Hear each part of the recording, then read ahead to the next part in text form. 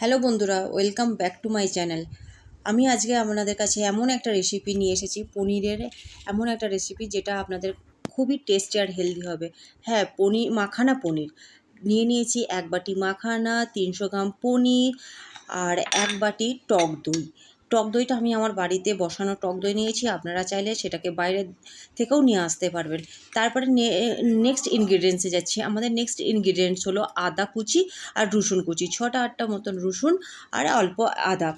আর নিয়েছি হাফ একটা ছোট সাইজের ক্যাপসিকামটাকে চৌকো চৌকো করে কেটে নিয়েছি।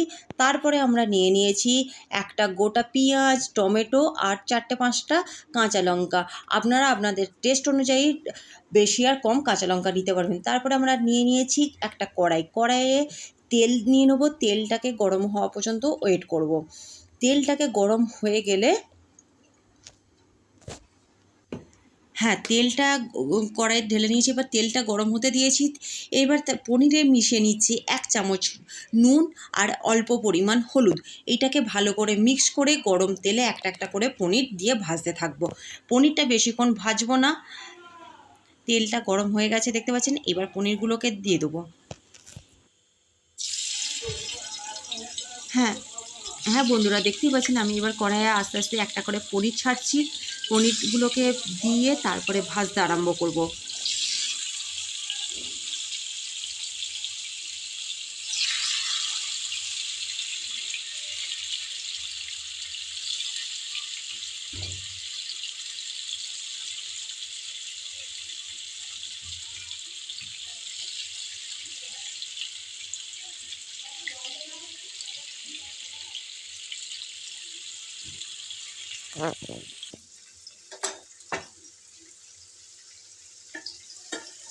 হ্যাঁ, এবার দেখতেই পাচ্ছেন বন্ধুরা, পনিরটা হালকা লাল হয়ে এসেছে। এই রেসিপিতে আমরা কিন্তু পনিরটাকে ডিপ ফ্রাই করব না, আর একটু হালকা লাল হলেই আমরা আস্তে আস্তে তুলে নেব।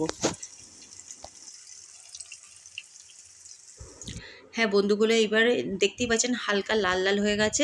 এবার একটা প্লেটে পনিরগুলো তুলে নিয়েছি। এইবার যে তেলটা আছে সেই তেলেই মাখানাটাকে ডিপ ফ্রাই করে নিচ্ছি।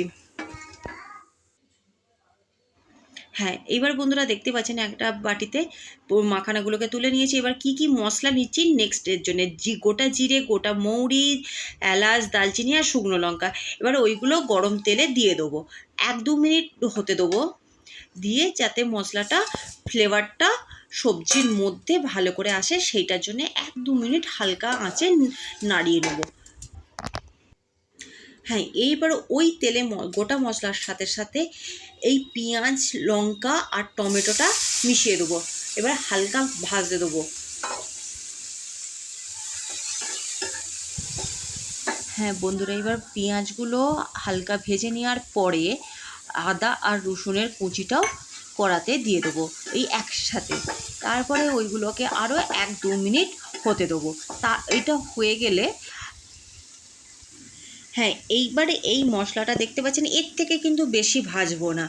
এরপরে আমরা যেটাকে করব, মশলাটাকে একটা গ্রাইন্ডারে তুলে রাখবো। গ্রাইন্ডারে নিয়ে কিছুক্ষণ ওকে ঠান্ডা হতে দেবো, দিয়ে বাকি মশলাগুলোকে মেশাবো।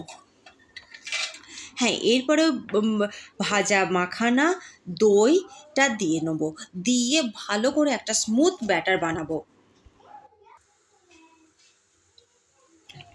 ততক্ষণ কড়াইতে যেটুকুনি তেল আছে তার সঙ্গে আরেকটু অল্প করে তেল নিয়ে ক্যাপসিকামটাকে ওই 2-3 মিনিটের মতন ভেজে নেবো, হালকা যেটা নরম হয়ে যাবে আর একটু রঙও এসে যাবে সেইটা ভাজার পরে।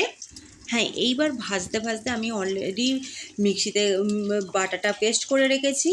এরপরে বাটারটা দিয়ে দিচ্ছে। হ্যাঁ, এইবার বন্ধুরা ব্যাটারটা ভালো করে দেওয়ার পরে এইখানে আমরা যে মশলাগুলোকে দেবো, স্বাদ অনুসারে চিনি, গরম মশলা, হলুদ, লঙ্কার গুঁড়ো, নুন আর অল্প পরিমাণ আমচুর পাউডার। এবার ওই মশলাটা এর সঙ্গে মিক্সনে ভালো করে মিশিয়ে নেবো।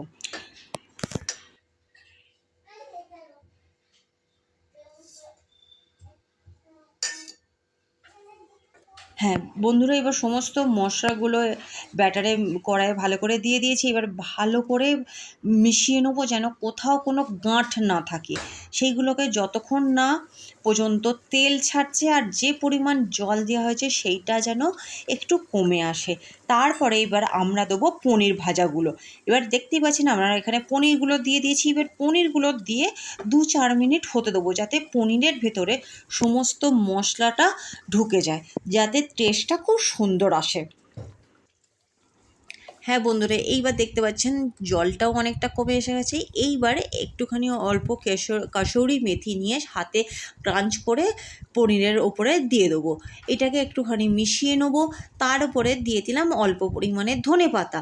এই দুটোকে দিয়ে একদম ধিমে আঁচে দেবেন বন্ধুরা, যাতে কাসুরি মেথি আর ধনেপাতার গন্ধটা পুরো সবজির ভেতরে ঢুকে যায়। এবার দেখতে পাচ্ছেন 1-2 মিনিট পর্যন্ত ধিমে আঁচে আমি ফুটতে দিয়েছি।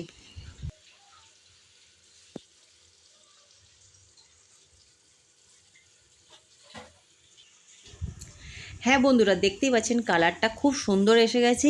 এরপরে আমরা জাস্ট 1 চামচ দেশি ঘি দিয়ে রেসিপিটা শেষ করব। ঘিটা দিয়েও 1-2 মিনিট একদম ধিমে আঁচে রান্নাটাকে করবেন বন্ধুরা, যাতে কী হয় তাড়াহুড়ো করলে কিন্তু রান্নার কিন্তু টেস্ট কিন্তু খারাপ হয়ে যাবে। আপনি ঘিটা দিয়ে আরও 1-2 মিনিট এইভাবেই ফুটতে দিন, যাতে ঘিয়ের গন্ধটাও সবজিতে ভালোভাবে ছড়িয়ে যায়। তারপরে আমরা একটা পাত্রে ঢেলে নেব।